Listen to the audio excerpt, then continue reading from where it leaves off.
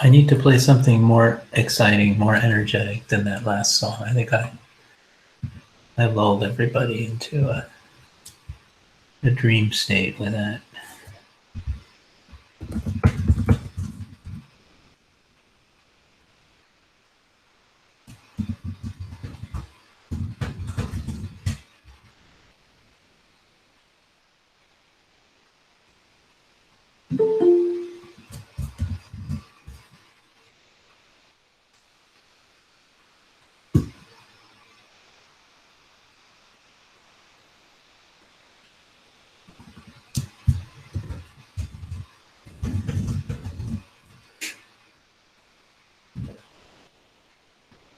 Let's get started.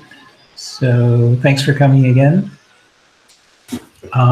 The recording is going, so if you don't want to be on camera, just mute your video, please. If you don't mind, please feel free to have your video on. The link for tonight's notebook is mcode.fyi/pi5. It's in the chat. There's a clickable link in the chat area. I'll share my screen.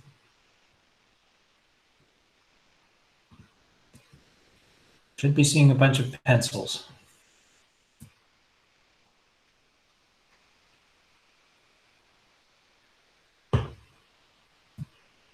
In a notebook now. Everybody seeing the notebook? Is anybody seeing the notebook? Give me a little chat if you're seeing the notebook.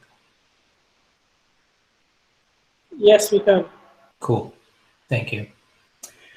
Okay, week 5.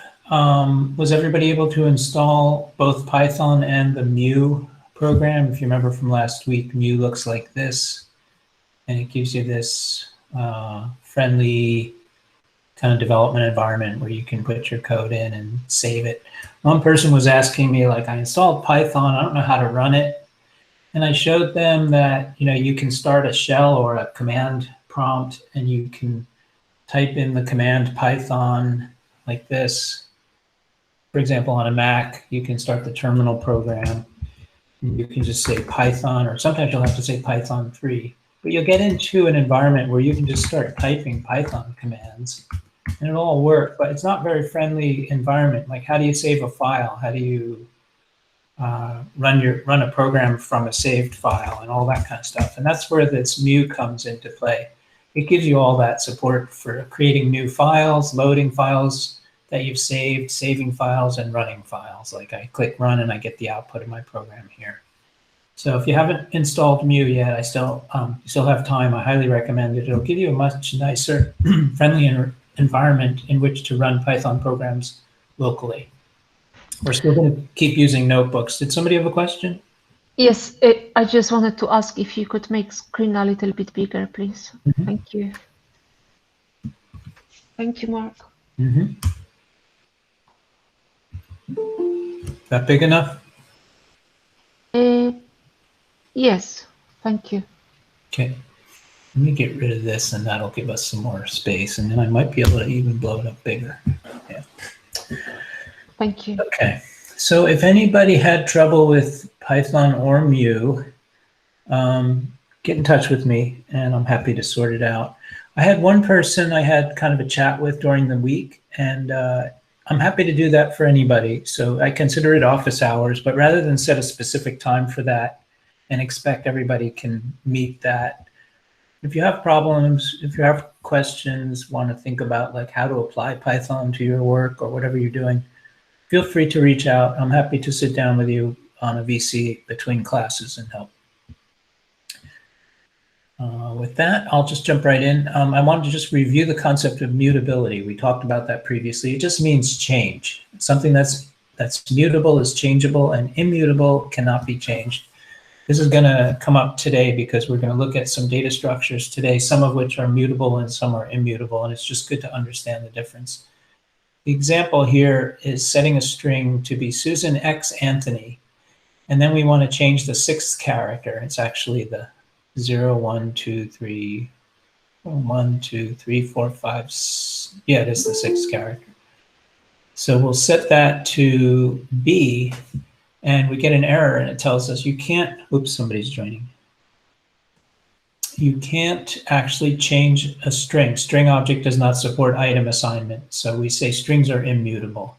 We can change what the variable s points to. So if I do something like this, I can print s is Susan X Anthony, and then I can do this assignment and print it again, and I get the desired result where the X turned into a B. But I didn't actually change the string. I just changed the variable, the string that the variable S points to. So I just said, point to this new other string over here.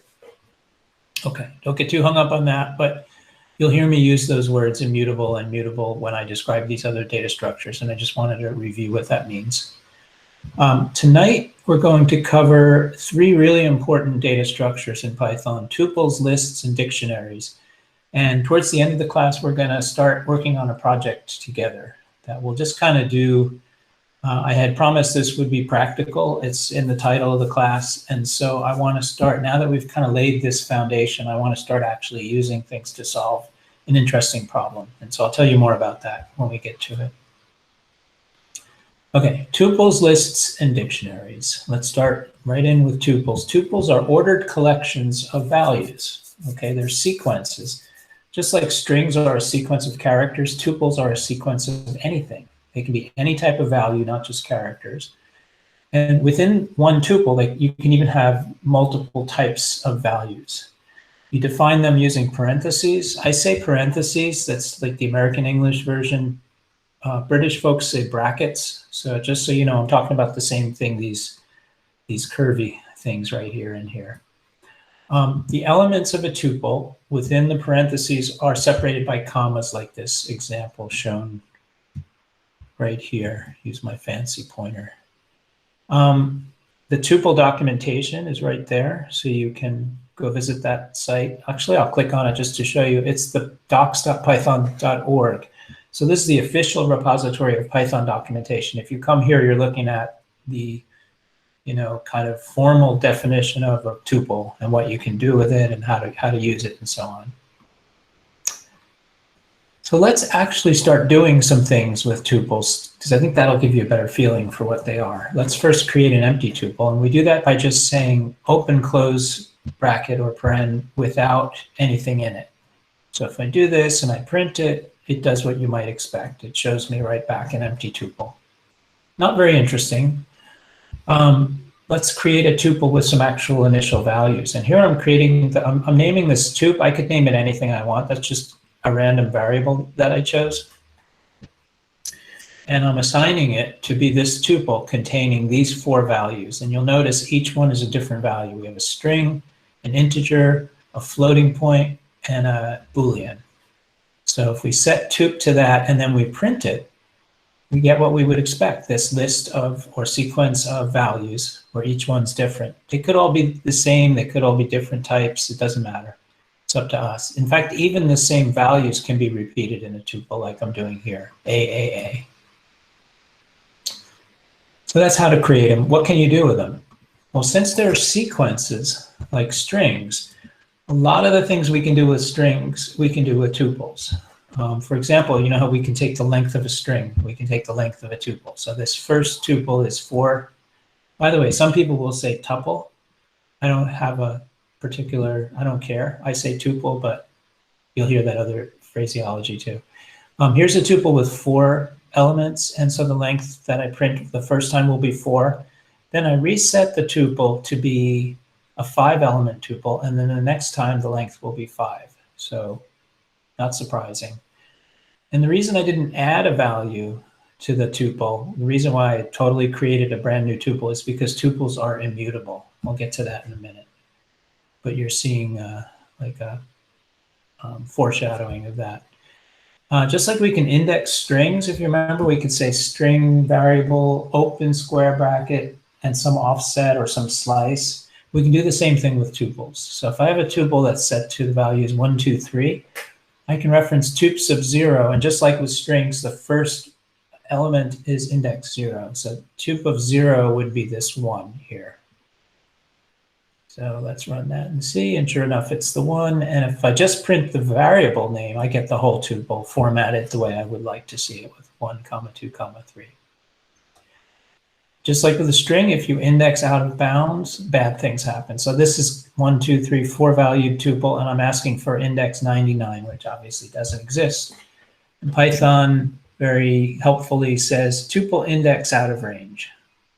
So pretty clear. Just like you can iterate over a string, you can say for I in variable or literal string, and then each time through the loop, you remember I takes on the value of one character in that string. You can iterate over tuples. And the cool thing is it's exactly the same syntax. So I'm going to show you like the not so normal, or I should probably show you the normal way first, but this is iterating over a tuple. Here's a tuple with values 1, 2, and 3. And I'm setting I to a numeric value. So I'm going from 0 to the length of the tuple minus 1. So this is going to go 0, 1, and 2. And then I'm indexing in the tuple to print it. Now this works, but this numerical range, iterating over numbers and then using indexing to kind of reach into the data structure is awkward. It's not as, it should be simpler, right? When we did stuff with strings, we just said for I in string, and I just took on the values of the string, the characters in the string. And that's exactly what we can do with tuples as well. So I just wanted to show you can do this numerical approach, but a better way to do it is just to say for I in tup, print I. And once again, tup can be any variable I want, as long as I'm consistent. But now I can say for I in tup, and it works the same way. This is nice because the natural way to do things with any sequence works in Python. And just as an example of that, here's, I'll call it X to not bias it to any one particular data structure. But if I do this, I get 1, 2, 3. If instead I set X equal to a string, sorry, I'm not touching this code. It's literally the exact same code, character for character. And it does what you would expect it to do. And this is one of the things I like about Python. It just works in a very natural way. And it also, oftentimes you write code where it's pretty much the exact same code for different types of data. And yeah, it makes it very pleasant to work with. So that's the way to iterate over tuples in a loop. Any questions about that?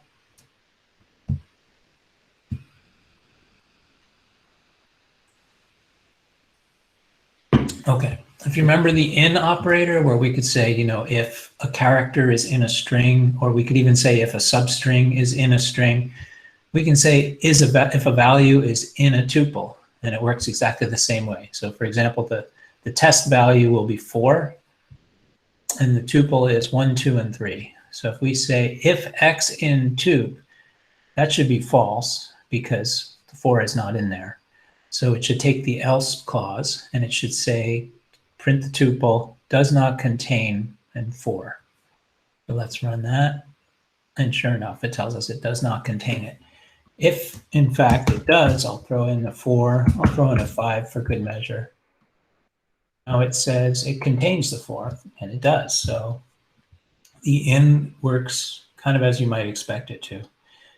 If you remember slicing, we could take a range with a colon between the beginning and the ending values when we were indexing strings. We can slice tuples as well. And all of the rules you learned about starting at 0 and going to the end number minus 1 apply here as well. So those rules are sort of annoying in some respects, but at least they're consistent. And it works the same way in Python with all of these sequential data types. So here's a tuple going from 1 through 5. And we're going to start with 2, offset 2. So 0, 1, 2. That's this 3 here. And the colon nothing means go all the way to the end of the structure. So that should give me, I'm going to just comment out the stuff I don't want to show you so it's not too confusing. This should give me the 3, the 4, and the 5 because I'm saying start at 2 and go all the way to the end. The default, if I don't specify anything after the colon, is go all the way to the end. So let's run that, and we get 3, 4, 5. The default for the before the colon part is 0. So it means start at the beginning. And it's saying go up to 3 minus 1, which is offset 2. 0, 1, 2. So this says give me 1, 2, and 3. Let's check that. And then if we actually specify both the starting and the ending, we say give me the tuple elements from offset 2 through 1 minus 4, which is 3. 0, 1, 2, and 3. So we should just get 3 and 4. Any questions on that? I know sometimes the indexing is confusing, but if you just remember, it's the first number is starting from 0, and the second number is 1. You're going to the offset 1 less than that second number. You can also concatenate tuples. So here's an example of one tuple and another tuple, and then I print the two together and I get one tuple with all 6 values, just like with strings. And tuples are immutable. So if you have a tuple that's 1, 2, 3, and then you try to, you can of course print tup 1. So you can index it. We already saw that. Let's do that. Comment this out. Whoops. It should print 2 because that's offset 1 into that tuple. Now, if I say, you know, I really want that 2 to be a 7, I'll say tup of 1 equals 7. Python will tell me tuple object does not support item assignment. And that's a clue that tuples are immutable, like strings. But just like we did with strings, you can assign a variable to a different tuple. You haven't changed the tuple, you've just changed the association between the variable and its value. So if I had a tuple that was 1, 2, 3, and I really wanted it to be 1, 3, 2, I can set this variable to the tuple as I really want it to be. But the tuple didn't change. The variable, the thing that the variable pointed to changed. And then you can have nested tuples. So this starts to get really powerful. And just the concept here is just like you can have if statements that contain if statements and loops that contain loops. We saw that last week, or actually 2 weeks ago.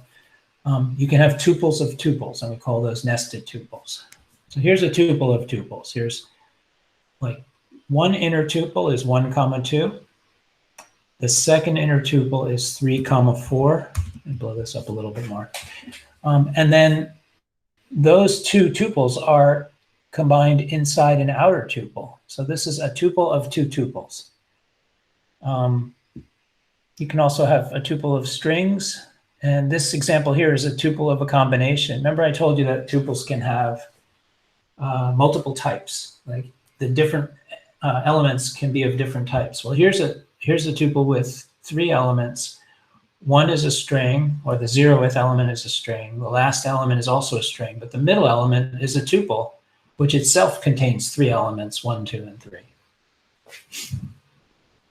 And this is an example of a tuple of tuples, just to show you how crazy this can get.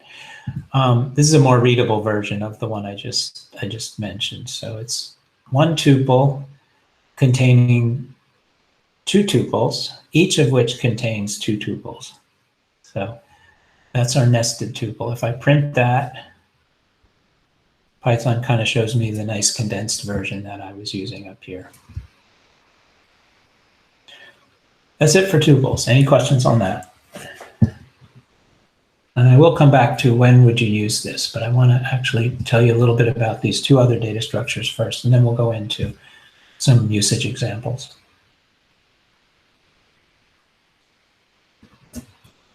Okay, a list is pretty much the same thing as a tuple, but it is mutable, so you can change it. Almost everything you know about tuples applies to lists. They're ordered sequences. All of the operations you learned about with strings like len and indexing and slicing all apply to lists as well. The syntactic difference is instead of using open and closed parens or brackets, we use square brackets. So this is what a list definition looks like. And just like with tuples, we can have different types within a tuple. Here's within a list. Here's a list with 3 strings and 3 numbers, 3 integers. You can mix and match any way you like. I think this is going to be kind of repetitive, but I just want to show you that the stuff we did with tuples applies to lists too. This creates an empty list, just open close square bracket instead of open close paren. Here we're creating the list equivalent of that 4-valued tuple, you remember, from up above. And just like with the tuple, the same list, the same value can be repeated in a list. The list operations, very similar. We can take the length of a list. We can take the length of a list. We can iterate over a list. And I'm showing the same progression here. I've got a list of 1, 2, 3, 4, 5, 6, 7, 8 elements. And I want to loop over those elements. So I'm doing the same trick here where I'm numerically looping. I'm setting I to go over the numerical values from 0 to the length of the list -1. And then I'm printing the list value using indexing. And that works fine. But just like before, a better way is just this syntax for I in list. Just much more natural, and it's the same way we would go through a string. So if I do that, you'll see we get the same exact result. The in operator, which we've already seen with tuples, works just fine with lists. Indexing, same story. This is going to pull out list element offset 2. So 0, 1, 2 would be this 3.14 value. Indexing out of bounds raises an error, just like it did with tuples. Slicing works the way you would expect. So offset 1 would be this 123, and going all the way through 3 minus 1, which is offset 2. So this should pick out these 2 elements from the list. And we can concatenate lists just like we concatenated tuples. So that took all of the elements of these 3 lists and combined them into one list. Now the big difference is that lists are mutable. So I can do something here that I couldn't do with a tuple. Here I'm going to start with an empty list. I'm going to print it. We should just see the square brackets. Then I'm going to append a string called lm1. I'm going to print that, and you'll see it in there. Then I'm going to append a number and then print it again. And you can see the list is changing. It's growing. It's getting bigger and bigger each time I add to it. I can also remove elements from a list. So if I had this list with 2 strings in it, lm1 and lm2, I can say remove lm1 and print it. And it starts with both, and then it ends up with lm2. There's a function called pop, which says take the last element on the list, take it off the list, and return it to me. So what this does is it starts the list with 4 values, lm1, lm2, an integer 3, and 99.9. I print that as it starts with this print statement. And then I say for I in range len li, so take I from 0 through the end of the list. lm equals li.pop, and then I'm going to print the value I just got back from the pop operation and what's left in the list. So let's do that.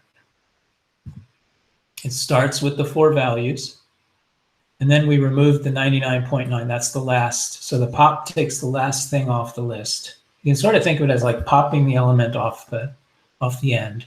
And the remaining list after we take that away is lm1, 2, and 3. Then the same story. We take the 3 off the end, and what's left is lm1 and 2. We take the 2 off the end, and lm1 is left. And then finally lm1 is popped off, and we end up with the empty list. If you try to remove an element that doesn't exist, you get a runtime error, not surprisingly. And you can actually replace an element by an index. So this was the thing that caused an error with a tuple. We have, let's imagine a list lm1, 2, and 3. We'll print that, and then we're going to say I want to replace lm1, which is the second of these 3, with this string foo, and print the whole list again. And if this was a tuple, and actually we can test this. Well, anyway, let me finish the thought. You see here it's changed from, the list has changed from this to this. And this is just demonstrating that we can change the internals of the contents of a list. If I made this a tuple by just changing that into a paren, and a close paren, I should get an error. Tuple does not support item assignment. So you've seen this a few times by now. Make it back to a list. Sometimes the editor is a little too helpful. Okay. If you try to assign to a non-existent element, you'll get an error. So here I have 1, 2, and 3. I can append 4. Actually, what did I want to do here? Yeah, let's comment that out. So now the offsets are 0, 1, and 2. So if I go to assign to 4, I'm going to have a problem. But if instead I have, don't worry about this append, if instead I started with 1, 2, 3, and 4, then this would be fine. It just still out of range. 0, 1, 2, 3. So I need at least 5 for this to work. And I'm not going to do this list 4 equals 5 because that's replacing this with a 5, which it already is. So instead, let's replace that with something we'll notice, 99. And we should get 1, 2, 3, 4, 99. Okay. You can actually assign to a slice. So up to this point, we've taken slices and we've used them to read the values in a string or a tuple or a list. You can actually say overwrite this slice with these values or this value. An example of that is this list with 4 values. We print 1 through 3. So let's comment this out for now. And that should be 0, 1. So that should start with 1, 2, 3 and go through 2. So this should give us 1, 2, 3 and 3.14, which it does. Now we're going to assign the list 999 to that 1 to 3. And what that's going to do is replace those 2 values with 999. Let's see if that works. And of course it didn't. And that's because I forgot to print after I did it. Okay, so that did it. Now, one thing that is sort of striking me as a little bit odd, this I'm giving it a list with 999. I would have thought I would have been able to do that, but maybe I can't. Yeah, assign to a list can only assign an iterable. Okay, so if you want to assign to a slice, you have to give it a list. And in the case of this one value, you can just make it a list with one value. But notably, you can replace the slice with any number of values. So I could say 9876. Make that 7.6. And what this should do is replace the 1, 2, 3 and the 3.14 with this sequence of values. Let's try that. So we should get ABC 987.6 true. And of course, if I do, take this off and say 1 through the end, that says offset 1 all the way through to the end. It'll replace those 3 values with this 987.6. So I should just have ABC 987.6. So hopefully that gives you a sense of assigning to a slice. You can also delete a list element. This says delete offset 2, 0, 1, 2. So the 3.14 will go away. We're ending up with ABC 1, 2, 3 true.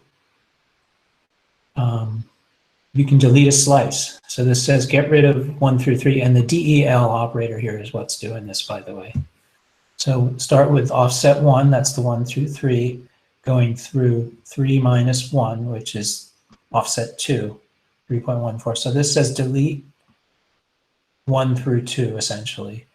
And that should leave us with ABC and true. Okay, we can sort a list. Here's a list with 3 names.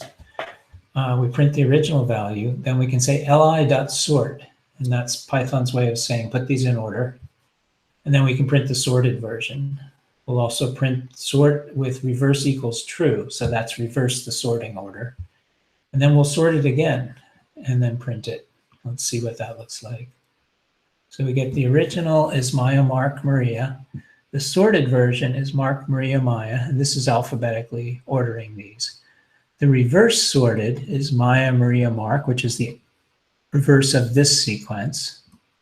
And then resorting it puts it back to the second sorted order. So this is just to show you can have lists and you can sort them if you want, and Python has this handy sort function. You don't have to write that code yourself. You can do things like get the number of occurrences of a value in a list by saying li.count. Here's an example of that. This ABC string appears twice, or actually 3 times in this list. So if I get the count of ABC, I get 3. If I add another one, ABC, you get 4, you get the idea. Get the first index of a particular value. This is starting to get a little bit esoteric, but you can specify a value and ask Python, what's the offset of the first occurrence? So let's make this true. And that offset would be 0, 1, 2, 3. So if I then ask for the index, I get 3. You can reverse a list by calling a method on the list called reverse, naturally enough. And if you call it again, it reverses it, returns it back to the original state. So that's kind of like a very quick run through of all the things you can, various things you can do with lists. There's a lot more to it, but hopefully that gives you a sense of some of the basics. You can have lists of lists. So once again, we have nested data structures. Here's an example of a list of lists. So there's 2 lists here. The first one is this internal one here that says 1, 2. That's a list with just 2 elements. And then we have another list with 2 elements, different values. Doesn't have to be different, but they happen to be. Doesn't have to be, but they happen to be. And then those 2 are combined into sort of an outer list. So a list of 2 lists. Of course, we can also have lists of tuples and tuples of lists. You can even have lists of tuples of lists of strings. And I can actually make one of those if you want to, but it requires you to really, it's painful actually. But we could do that as an exercise if anybody wants to see something that complex. But you get the idea that you can make these sort of hierarchical and go as deeply as you want.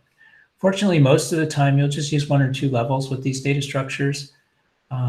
You don't often need 3 or 4 levels, but sometimes you will see that you'll need something that deep. Now, I want to give an example. So far, I've been doing, talking about this is a list, this is what you can do with it. I've been telling you the what, but I haven't been telling you how to actually use a list. So I want to try to give you an example of where a kind of simple example of where this might come into play. So imagine I'm a teacher and I have a list of students and I give them a quiz every week. And I want to keep track of their scores. So I'll start with just one of my students. I like to sort of think about problems in the simplest possible case, and then I grow it, scale it up. So if I have just one student in this class, I want to store the student's name, and I want to store each quiz score all the way up to the most recent one. A list fits nicely here because I want to keep adding quiz scores every week. So I'm obviously needing to change the data that I'm storing. And I might even want to change a score, like I might give the student a grade and then later they tell me I made a mistake and then I want to update them. So all of that leads me to wanting to use a list. So here's an example. I have a variable student, I'll call it, and I set it equal to a list which has this first element is the name of my student, Sarah, and the rest of the elements are Sarah's quiz scores for the first 3 weeks of the course, 95, 100, and 90. And if I print that, it looks like what you would expect it to look like.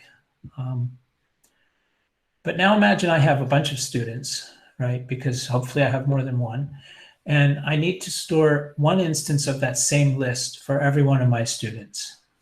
So that feels like a list of lists, right? Because each student is represented by a list and I have a list of students. So here's my students variable and it's pointing to a list. And the elements of the list is a list that stores Sarah's information followed by Mary's information. So I have a whopping 2 students now, but you could easily imagine this increasing to Mark. And one of the interesting things is that these lists don't have to be the same size, right? It could be that Mark missed one of the classes, so he only has 2 scores. So if I print this, it looks like what you would expect. Here's Sarah's data, here's Mary's data, here's Mark's data, and the 3 of them are captured in a list. It's nice that each of these is mutable because I can add a new score for Mary. And it's nice that the combination of them are mutable because I can add a new student after, if somebody joins late, I can update this. Any questions on this so far? I'm going kind of fast tonight, so I want to make sure I give you time to ask. How do you know the difference between lists and tuples? The difference between lists and tuples, did you say? Yeah, that's right. So you mean syntactically, like how can you tell? Yes, how could you tell? Actually, when I'm looking at this now, I would tell it's possibly tuple. So if you have a variable that's defined with parens, that's by definition a tuple. And if you have a variable that's defined with square brackets, that's by definition a list. But sometimes you don't know because the variable might be passed to you. You might write a function like length x. You might want to return the length. Obviously, this is a useless function because why would you even need to call it? You already can just call len directly. But let's imagine we want to do something like this, and we'll say print length. I'm going to use the function I just defined, length of x, and that should be 2. And I forgot my colon. Try that again, 2. And let's make this have 3. And let's try it with y now, and that will give me 3. And now, in this case, it doesn't really matter what type it is because len works equally well for both of these. But let's imagine you wanted to figure out what type it was. You wanted to do something different for, let's imagine you wanted to add something to the end of the list, but you only want to do it if it's a list. So you want to add a 4. And the way you do that with a list is you say append 4. So if we do this, the length should be 4 now. And if we actually print y, we can see that it changed. And we don't really want to do this with a tuple because we can't change the underlying data structure. So we could say if type of x equals tuple, and this actually won't work, this syntax, but you get the idea. You can dynamically tell if it's a tuple or a list by inspecting it. Does that answer the question? Yes, thank you. Okay.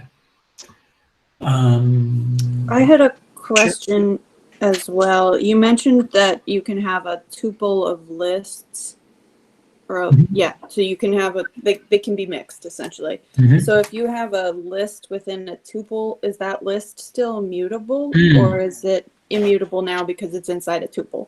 That's a good question. I actually am not sure. I'm trying to think of what I would guess.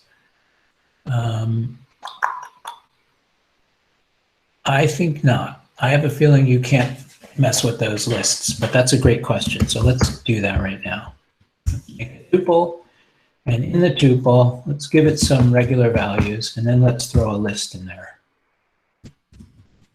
Simple list with just one element. And all this y. And let's make another example of x, which is just the list itself. Let's say we can just put x here. Print x and y. Oops. So there's Mark, and there's 1, 2 Mark.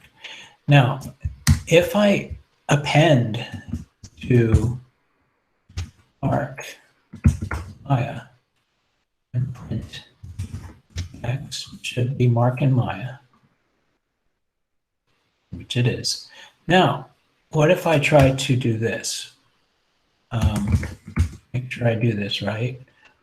Y sub 2, 0, 1, 2 should be just the list mark.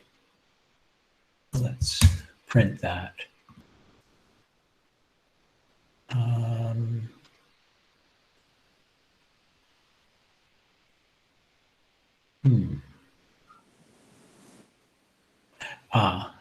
Let's see. So let's simplify this. Print Y. Let's get rid of the append. 1, 2 more. Okay. I'm not sure why I got that output for Y2. But now we're going to do Y sub 2 dot append Maya. So now I'm doing exactly the same thing I did with X, except I'm doing it to this list inside the tuple. And it didn't work, I think. What's a little weird is I was expecting to get an error. So I think don't you still have to print Y sub 2 after you appended it to see if it worked? Probably, yeah. Sometimes it'll just print the value returned by that last thing, but that value might not be, it's probably not the, so yes, thank you for catching that. Print Y. Okay, that's why it didn't raise an error, because it worked. It worked. So we now know that lists inside tuples are still mutable. So they don't lose their mutability simply by being inside a tuple. So the way I think about that is the fact that this list is here, it's fixed in place. That list can never be replaced. You can never say Y sub 2 equals something else. So the composition of that list is immutable. But one of the elements or one or more elements inside the list, if it's a mutable data structure, it's still mutable. Does that make sense? So thanks for that question, because I just learned something I guessed wrong. We can access a sublist, which is one of the lists inside the list of lists. So here's an example of what I'm saying there. So go back to our students example. It's a list of students, and then each student is represented by a list of their name and their grades. I can say student equals student sub 1, and that says give me the first element of the list of lists. Well, that would be this list, right? The first element is the first list of lists. No, it's the first list in the list of lists. So if I print it, it should be this array. Sorry, it should be Mary, because I'm saying offset 1, which is the second element. If I change that to a 0, it'll be Sarah's grades. Okay, hopefully that makes sense. Now, what if I want a particular grade in here? I can sort of stack these index syntax like this square bracket 0. I can stack one after another to kind of dig deeper into the data structure. So back to the student's data structure, if I wanted the second test score for Mary, I would say student sub 1, and that gives me the second list, because 1 is the offset 1 into the list is the second element. And then within that list, I say give me offset 2. So 0, 1, 2 is the second test score. So it should give me 95. So that's how you can kind of access these multi-level data structures. We could generate a table of average scores for each student. So this might be something you do to generate their final grade for the semester. So here's 3 students with a little bit more test scores. And what I'm going to do now is say for student in students. And what this is doing is iterating through the outer list. So the first time through this loop, student is going to be the first list. The second, so Sarah's grades. The second time through the loop, student is going to take on the value of Mark's grades, this list. And the third time through the loop, the student variable is going to take on this third list, which is Maya's grades. So that's sort of the framework, the build up to this loop. Now, each time through the loop, I'm going to count, initialize a total count. So I want to calculate the average. So I'm going to be adding all the grades together and divide by the number of grades. I save in a variable called count len of student. Now this is effectively the number of grades. I'm going to have to adjust that because one of these slots is occupied by the person's name. But other than that, the size of this list tells me how many grades I have for the student. So that gives me what number to divide the total by to get the average. So now I have an inner loop. I'm looping over each student. Now I want to loop over the scores for each student. So I say for score in, it sounds like a famous Gettysburg Address. For score in student 1 colon. Anybody know why I'm using 1 colon?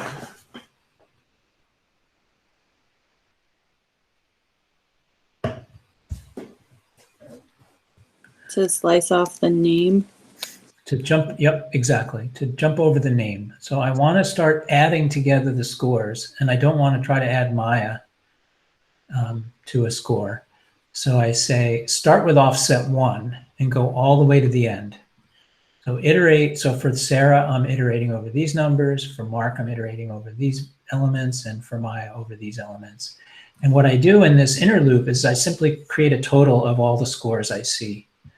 I pop out of that loop and I calculate the average by taking the total divided by the count minus 1. And the count minus 1 is another occurrence where I'm adjusting for the fact that there's one more value in this list than I actually care about for the numerical calculation. And then for each student, the last thing I do is I print student 0, which is the student's name, and the average that I just calculated. So let's run this. And I get my nice computation. Now, what's kind of nice about this is it's impervious to the number of values I have for each student. It just adjusts naturally based on this. This len student is kind of what's making it just work. I didn't hard code it to assume there are, 8 scores. I made it dynamic, and that's, a very common pattern where you try to make your code robust to the size of the input. I want to see what happens if I give it a really big value. Maya should suddenly get a very high. Yeah. So that's a list of lists, and that's a sample way you might use that data structure. We are at 7:50, so I think I'll take a break now, and let's come back at top of the hour.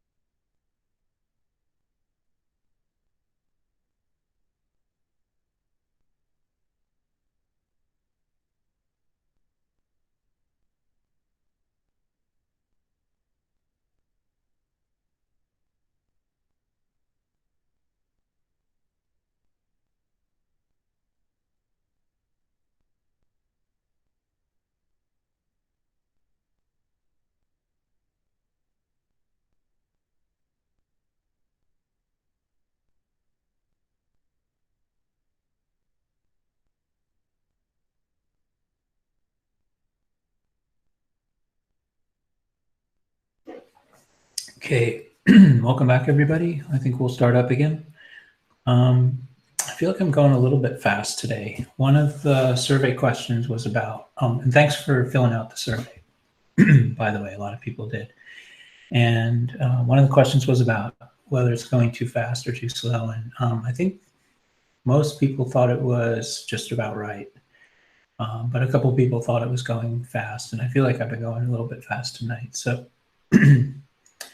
I think, I'm going to try to make the end, sort of the end run for the class, the last like 2 classes, going to try to make them partly review and partly like building things on top of the concepts you've learned. So hopefully you'll get more, you'll see things again, and you'll get a little bit more experience applying them. And I think that will help. If you are feeling lost or like this is too much, get in touch with me and I'm happy to work through some examples with you. I think if you follow the notebooks we're using and just kind of do every step along the way, I'm trying to make the notebooks annotated well enough that you can see what each cell is doing and so on. But try the notebooks, try doing some background reading, and reach out if you feel like you're getting lost a little bit. The third and final data structure I wanted to tell you about is dictionaries. This is one of the most important of all. Dictionaries are an organized collection of key value pairs. So anytime you have something where the data is associated with a particular value or key, a dictionary is the natural way to represent it in Python. So dictionaries are defined using curly braces, unlike parens and square brackets, and unlike having lists and tuples where you have a sequence of values separated by commas, in dictionaries you have a sequence of key value pairs where the key and value are separated by a colon, and the key value pairs are separated by commas. So a lot of words. This will kind of make, I think, everything I just said with a lot of words clear.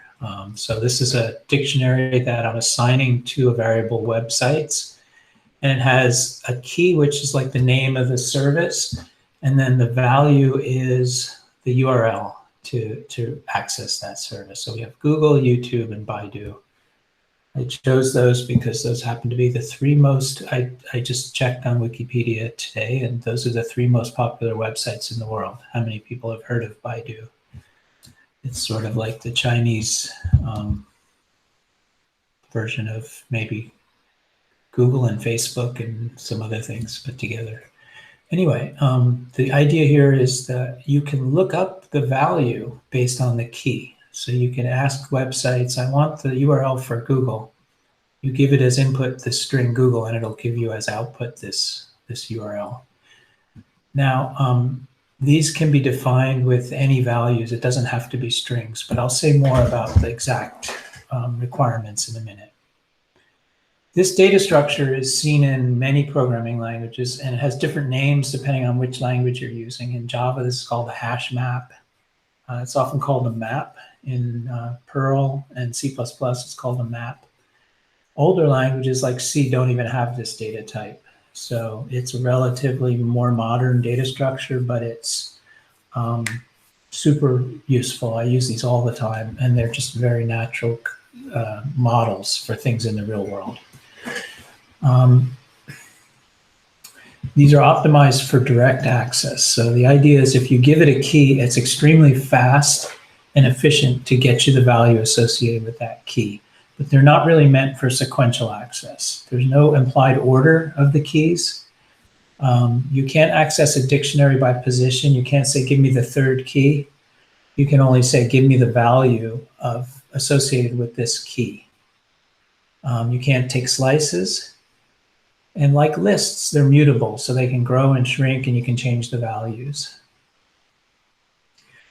The requirement on the keys is that the keys must be immutable. Now, I just said the dictionaries are mutable, so the actual composition of the dictionary is mutable, but the values that you store for a key have to be immutable, and that's so that Python can keep track of how to get the data to you when you index with a key. And if the keys are always changing, it's kind of a nightmare scenario for the Python interpreter.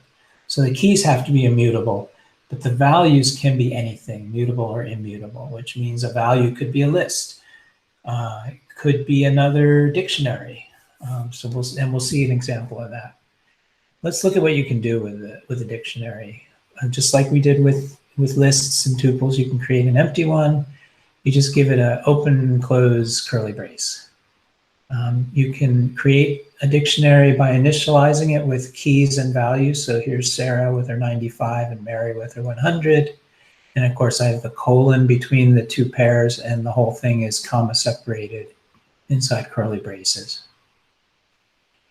The same key technically can occur multiple times, but it sort of like overrides the earlier value. So really, a given key can only have one unique value assigned to it. So in this example where I have key A and I give it associated with value 1, and then key A I associated with value 2, Python's going to be like, I'm just throwing away that first one because I'm only going to keep track of one thing for that key, that unique key. So if I print this, I get 2. I get just one key. The same value, on the other hand, can appear as many times as you want because it's not really used for interrogating the data structure. It's just sort of the stuff it carries around with it. The size of a dictionary is the number of keys or the number of key value pairs. You can think of it as either way. So this one even though there's 4 values here, there are 2 pairs. And so the length of this dictionary is considered to be 2. As I said, one of the most important things about this data structure is that you can interrogate it with respect to a given key, and it's very efficient. So here's an example of that. If I say, give me the grades for key Sarah, it goes and very fast, very quickly finds the key Sarah and gives me back the value associated with it, which is 95. Now, it's not that impressive to be fast when you have 2 of these, but if you have 1 billion of these, the data structure is defined to be extremely fast. It sort of does a mathematical calculation of where it's going to find that key and go straight there. If you had a list, think about having a list with 1 billion entries, and you said, I want the number associated with, or let's say 1 billion names, and you said, I want to see, is Sarah in that list? And so you said, if Sarah in list. With 1 billion entries, that's going to take a long time because what Python has to do is actually look at the first one and say, are you Sarah? Then look at the second one and do that 1 billion times.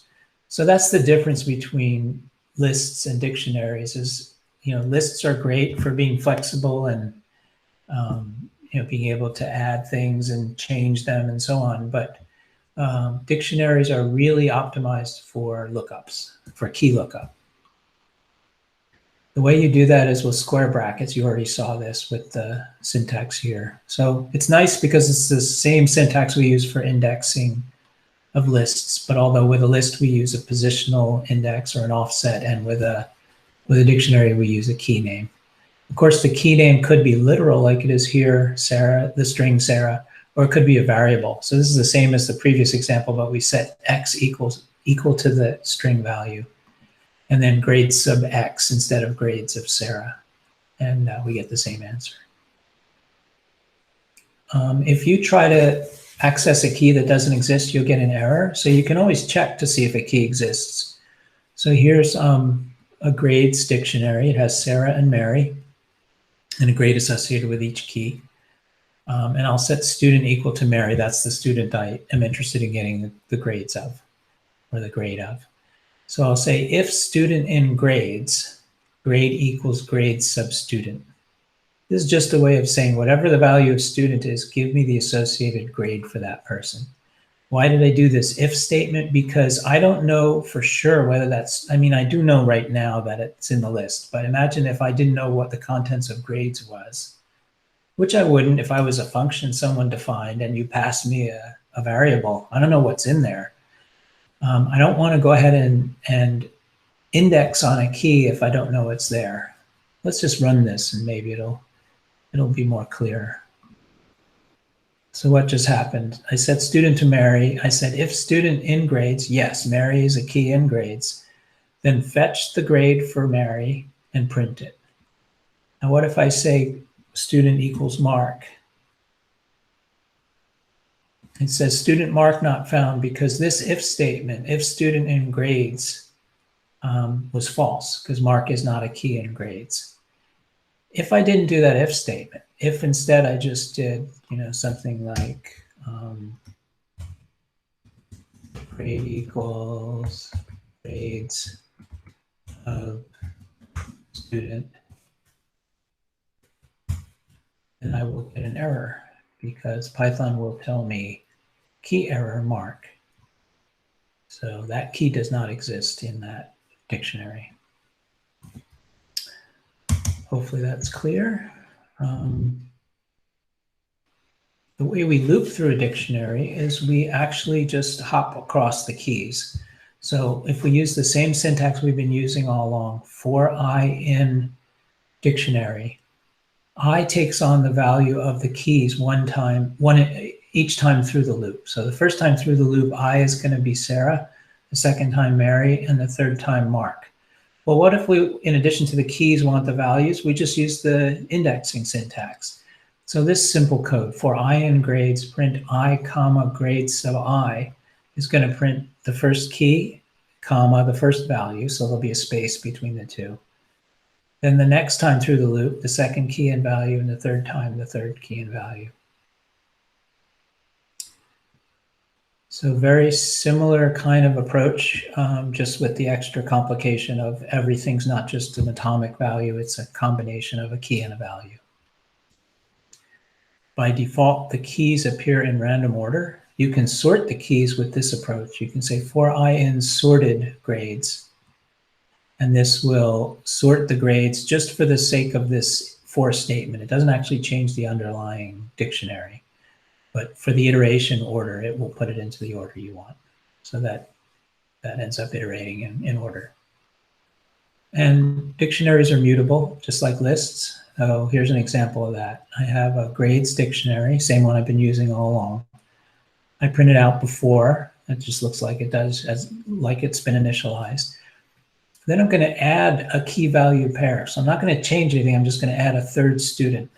And I do that by using the indexing syntax on the left side of the equal sign, on the left side of the assignment. So I say grade sub Mark. Now Mark doesn't exist, but because it's on the left side, it's kind of writing it. If it was on the right side of the assignment statement, it's like reading it.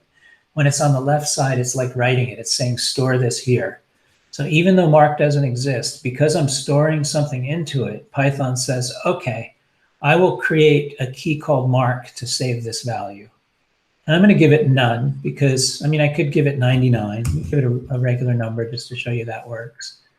And this shows before the dictionary looks like this. And after, it's the same, but there's a new student added. Now, if I was really adding a new student who had no test score, I would use none. And this is I think Jordan asked, why would you need none or what do you use none for? This is a perfect example of where none comes in handy. Like you have to store a value associated with Mark, and none is a natural thing if you really have nothing to store. I suppose you could put an empty string or a 0 or something like that, but none gives you kind of an official Python way to say nothing. Anyway, this syntax is important because it lets me add a new key value pair to a dictionary. In addition to adding a new key value pair, I can change the values. I can't change the values of the keys. I can delete keys and I can add keys. I can't change a key, but I can change the values. And that kind of mirrors what I said earlier about keys are immutable and values are mutable. So let me show you an example of changing a value. So here's a grades array. It has Sarah, Mary, and Mark. It's got the none I just gave Mark. We'll print it before. Then I'm going to say grade sub Mark equals 80. This is like Mark just took his first quiz and got an 80. So now I'm going to change the none to 80. And because this is a value, I can actually reach in and change that value inside the dictionary. I'll print that. And then I'm going to take Mark and use this plus equal syntax, which is equivalent to grade sub mark equals grade sub mark plus 5. And we'll print it again. And you'll see what happens. We get the original with none. Then we set it the value to 80. And then we add 5 to whatever the value was. And the 80 turns into an 85. If we repeat that last one, add another 5 and print it again, 85 will get another 5 and we'll get 90. So just showing you that you can change any value inside of a dictionary. You can delete, just like we could delete a list entry, you can delete a key value pair like this. So if I print this, the mark pair is gone. And I use the same operator I used with a list, del. If you try to delete a key that doesn't exist, you get an error, not surprisingly, and it says key error Fred. That person doesn't exist in this, that key doesn't exist in this dictionary. So you know the pattern now. We're going to talk about nested dictionaries now. We did nested tuples and nested lists and nested if statements and nested loops, and now we're going to talk about nested dictionaries. You can have a dictionary of tuples. That's what this example is. So here's 2 keys, and each key is associated with a very small tuple. You can have a dictionary of lists, same story, but instead of associating the keys with tuples, we associate them with these tiny lists. And here's a dictionary of dictionaries. There's an outer dictionary with 2 keys, key 1 and key 2, and each of those is associated with an inner dictionary.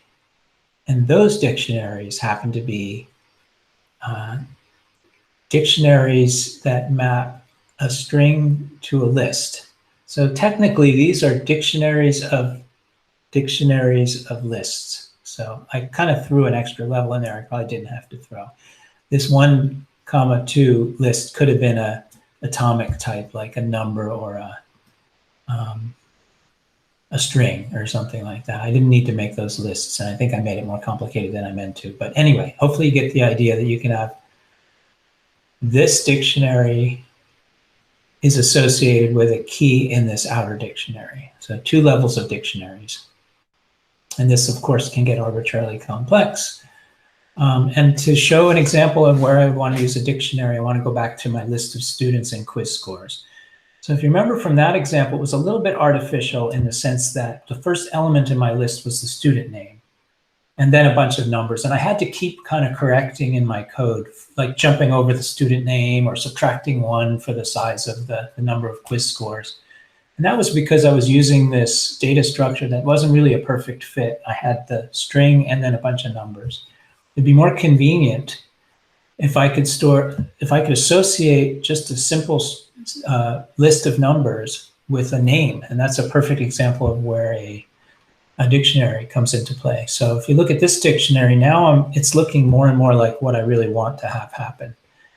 This is now a dictionary whose keys are the names of the students and whose values are the lists of their grades. I like this much better because it's organized in a way that I would naturally want to access it. I typically might want to get the grades for a given student or change the grades or add new scores for a given student. And the other nice thing about this is that the list of grades is just a pure list of grades. There's no more that weird, like, artificial first element that I just had to remember was a name. That's gone. So this feels like a much more natural representation. Now, how would I add a new student? All I have to do is say grades sub student equals empty list. And what is student? That's whatever that variable points to. But if you imagine, hopefully I'll have an example of that. But if I don't, I can make one. But if you imagine student is someone's name, this just will automatically add a new key, and the value associated with it will be an empty string. Once again, I can use del to delete the name value pair for a given student. And if I want to add a score for a student, I can append to the list. And I don't know if I talked about this, but append is a list function that adds a new value to the end of the list. So what this expression does is it says, let's access the grades dictionary. Let's index to a particular student. That's getting us to a list. So if you think about indexing to Mary, that's getting us right to this list here. And then we can say dot append on that value to add a new score.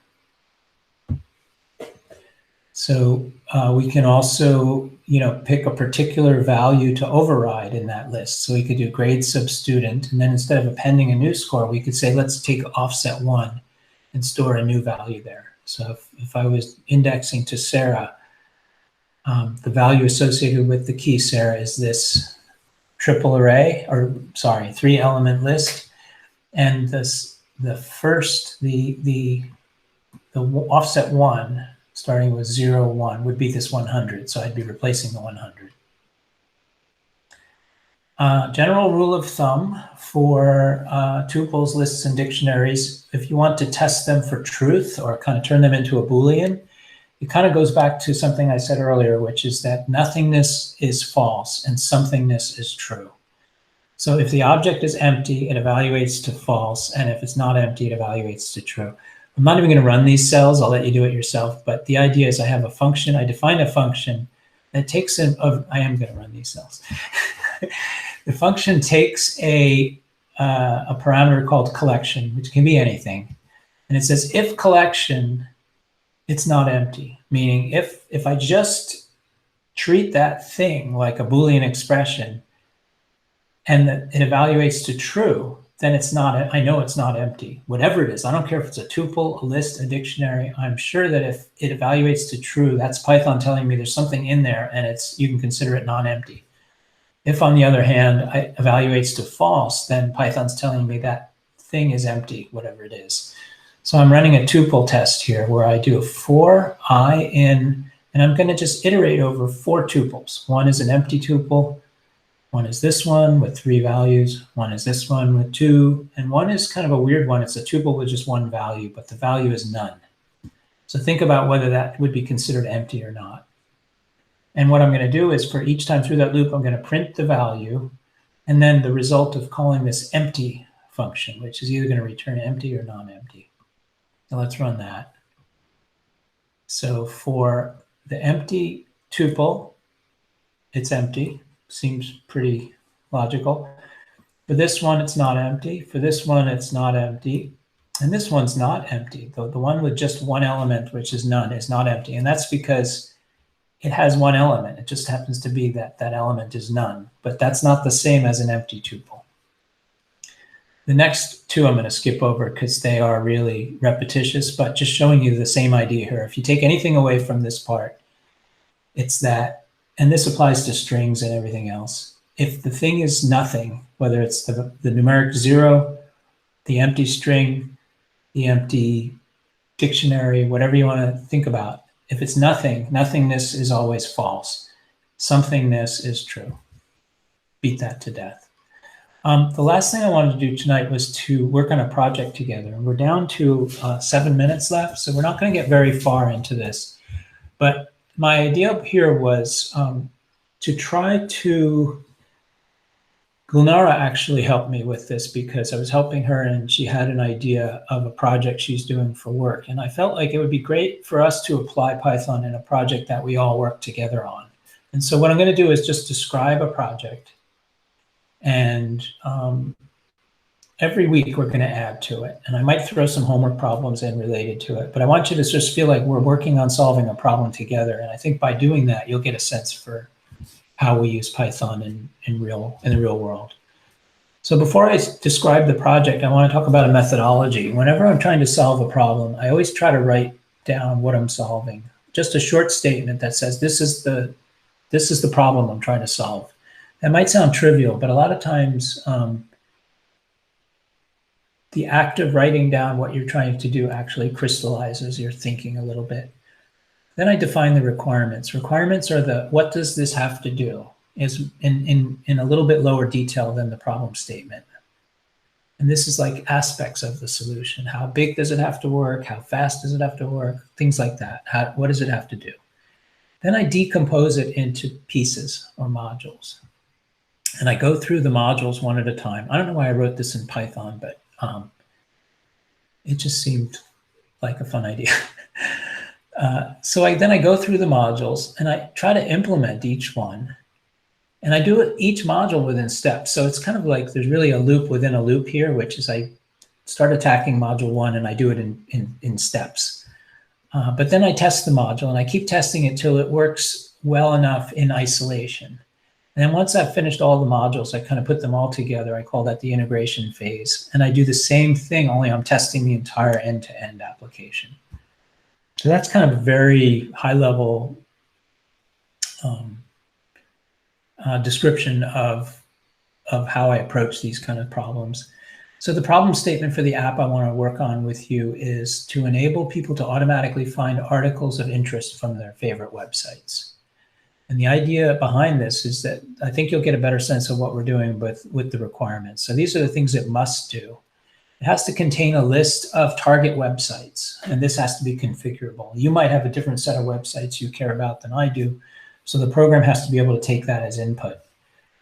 You have to be able to go to that site, and I'm assuming it's an online newspaper or a site like Reddit or Hacker News or something where there's a front page with a bunch of links to articles that might or might not be of interest to you.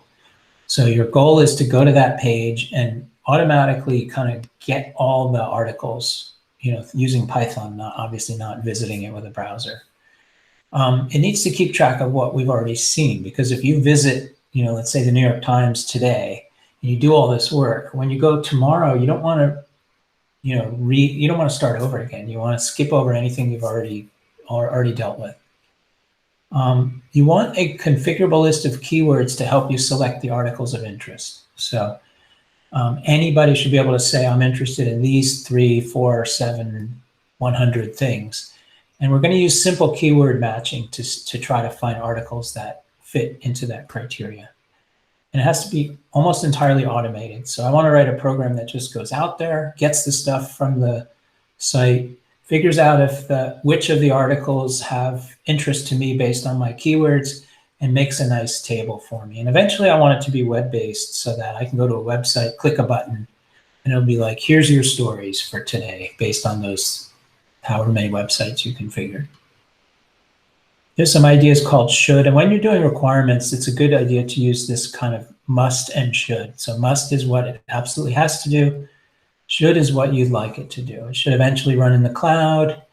It should actually have a more sophisticated way of deciding if something's going to be interesting to me than keyword searching, right? It should be using some fancy machine learning algorithm that, knows I will be interested in that because it knows I've expressed interest in articles that are somehow similar semantically to that article. But I made that a should because that probably is a little bit ambitious for doing in the next couple of 3 weeks. So I'm not going to go through any more of the shoulds. You can read those. But the four kind of stages of the app that I decompose it into, I call snarf, wrangle, model, and serve. So snarf is getting the data. Wrangle is you've got all this data and you want to convert it into a format that you can use to do this analysis, this assessment of whether you would care about it or not.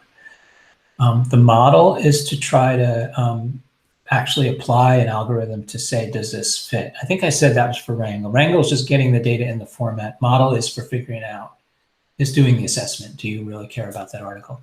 And then serve is like the website or whatever user interface you create to make that information available to an end user. So I'll let you look through this. I have a framework that I built and I'm out of time, so we'll pick this up next week. But there's a framework here for I'm starting with the gathering the data step. So I've got a sites list with just one site, the New York Times. We'll expand it later. And I've got some code with interests. These are 5 keywords I'm interested in. And then we have a little code, it's not a lot actually, that will actually go through the sites. And the magic is they call this get new articles function. And for now, it just gives it back dummy information with this fake New York Times data thing. But there's a second function here which actually does get new articles for real. And this is a little bit longer code, but if you actually run this, it goes off and pulls all the articles. This is like from the New York Times right now. Like if you go to the New York Times website, this is what you'll see. Here's all the articles on the front page. Coronavirus schools briefing. The summary is it's back to school, or is it? And here's the link. If I click on that, hopefully it'll take me to that exact article. Well, it wants me to sign up for the New York Times, which I'm not going to do right now. You get the idea. So one of the homework assignments is to take this framework and tie it together with this implementation of get new articles and see if you can make it actually go off and do the, do the whole thing for the first step, the getting the data. So that's it for tonight's lesson. Sorry, I'm actually right on time here. For homework, as always, make a copy of this notebook and work your way through all the cells. There's some no, there actually weren't challenges above this time, so I'll get rid of that. But there are a bunch of challenges below. Complete all the challenges above. A bunch of homework challenges below. And yeah, let me know if you have any trouble. This business about like going off and automating access to a web page and downloading information is called web scraping. And there's a whole chapter about this in the book. So if you're really interested in kind of diving down that hole, read chapter 12 in the textbook. But that's not really terribly important for this lesson. So I would say, like, if you really want to find out more about it or you want to go deeper, read that. But don't read that first. I would much more recommend do the notebook and the questions, the homework questions. And then if you have time, check out chapter 12 or really any other parts of the book that interest you. I didn't do anything with Mu, but one of the questions is you're going to write these 4 programs for questions 1 through 4, and you can do them right here in the notebook. But question 5 says take those programs and see if you can run them in the Mu editor on your own computer. I think that's an important step.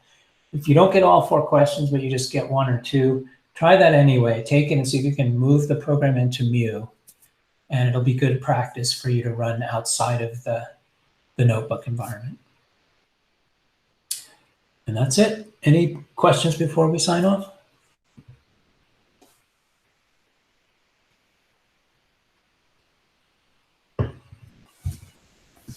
Nope, I guess. Sounds like Thank you. no.